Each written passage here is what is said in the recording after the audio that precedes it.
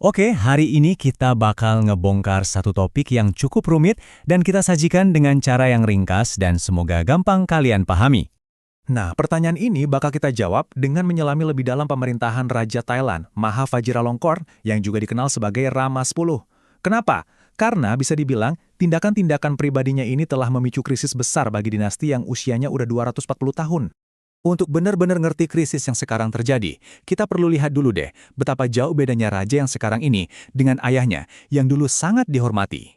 Ayahnya, Raja Bumibol itu berhasil membangun citra sebagai pemimpin yang berdedikasi tinggi, bahkan dianggap setengah dewa. Nah, beda banget sama Rama X, yang masa pemerintahannya justru dikenal karena, pusaran skandal dan kemerosotan moral. Oke, mari kita selami ini lebih dalam. Ada satu kisah yang benar-benar mengejutkan dari Sinenat Khoi Wong Wajirapakdi. Kisah ini dengan sempurna menggambarkan sifat raja yang sangat, sulit ditebak. Kisah Khoi ini nunjukin sebuah pola yang terus berulang. Diangkat tinggi-tinggi, lalu dihukum berat, dan akhirnya dipermalukan di depan umum. Dan kalian harus tahu, ini bukan satu-satunya kasus. 4 pernikahan sang raja mengungkapkan sebuah siklus yang, jujur aja, cukup meresahkan dalam caranya memperlakukan wanita-wanita di lingkaran dalamnya. Prosesnya tuh hampir selalu sama, dimulai dengan love bombing atau sanjungan yang berlebihan, di mana seorang wanita diangkat statusnya dengan cepat, lalu diikuti dengan eksploitasi dan diakhiri dengan pencampakan yang brutal.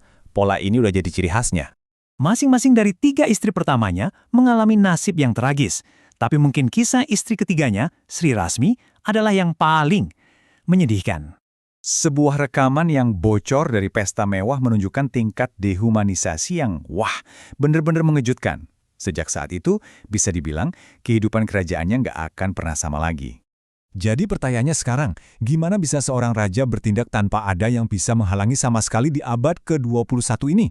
Nah, jawabannya ternyata ada di sebuah undang-undang yang super ketat, yang seolah-olah jadi perisai buat dia dari segala macam kritik. Inilah hukum lèse majesté atau yang dikenal sebagai pasal 112. Dan jangan salah, kekuatannya itu mutlak. 15 tahun. Itu hukuman penjara maksimal cuma untuk satu tuduhan lèse majesté. Ancaman ini dipakai buat ngebungkam siapa aja, nggak cuma lawan politik, tapi juga siapapun yang berani menentang kemauan pribadi sang raja. Ini nih yang nunjukin gimana hukum nasional bisa disalahgunakan jadi alat pribadi. Caranya, raja ngasih perintah.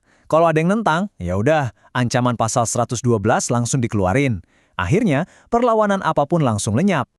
Statusnya yang seolah kebal hukum ini akhirnya membawa konsekuensi yang paling bahaya dari pemerintahannya. Bayangin, dia bisa mengasingkan diri dengan mewah di Jerman pas rakyat Thailand lagi berjuang melawan pandemi. Nah, sekarang kita lihat dampaknya. Sebuah krisis institusional. Tindakan-tindakan pribadi sang raja ini secara sistematis justru menghancurkan garis suksesi. Akibatnya, masa depan seluruh monarki jadi penuh tanda tanya. Hasilnya, kekacauan. Nggak ada satupun dari calon pewaris ini yang bisa menjamin masa depan yang stabil buat dinasti Chakri. Tapi, cerita di balik kenapa dia dipertahankan dalam kondisi seperti itu, ternyata punya motivasi yang lebih kelam dan sinis. Jawabannya, menurut beberapa sumber, ternyata sangat pragmatis. Semuanya karena uang.